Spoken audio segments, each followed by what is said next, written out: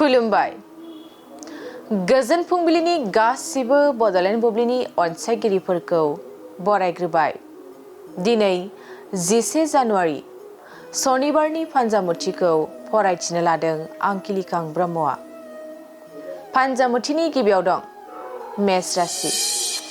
थांखांनाय जाथायफोरखौ गोसोखांना गोसोआव गिखांबाय थागोन, जानो लोंनो सुख गैयै जागोन। वृष राशि।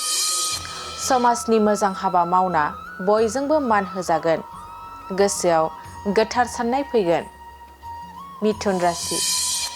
हरखाब खैफोदाव गोग्लैनायनिफ्राय रैखा मोननो हागौ, गोदान मिजिं लाना लामा हान्थिलांगोन। कर्कट राशि। गोसोआव हास्थायना थानायखौ मोनफुंनो हागौ, रंजा खुसिजोंनो साना बारलांगोन। सिंह राशि। गोबाव समनिफ्रायनो आसा खालामना थानाय खामानिया जाफुंगोन, बिसिनि सुखु फैगोन। कन्या राशि। नखरनि खामानियावनो नांथाबना थानो गोनां जागोन, देहाखौ जोबोरैनो मेंखांनाय मोनगोन। तुला राशि।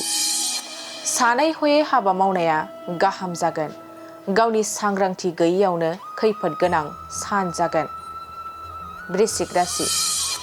थाबथाना थानाय जेंनाफ्रा जोबस्रांलांगोन, नोंथाङा गोसोखौ सान्थि मोनगोन। धनु राशि।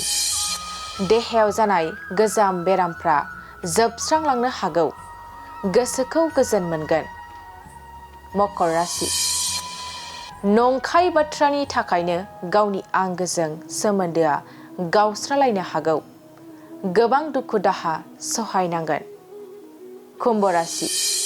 गोबां रांखावरिनि आंखालजों भुगिनांगोन, नखराव सुखु गोजोन गैयै जागोन।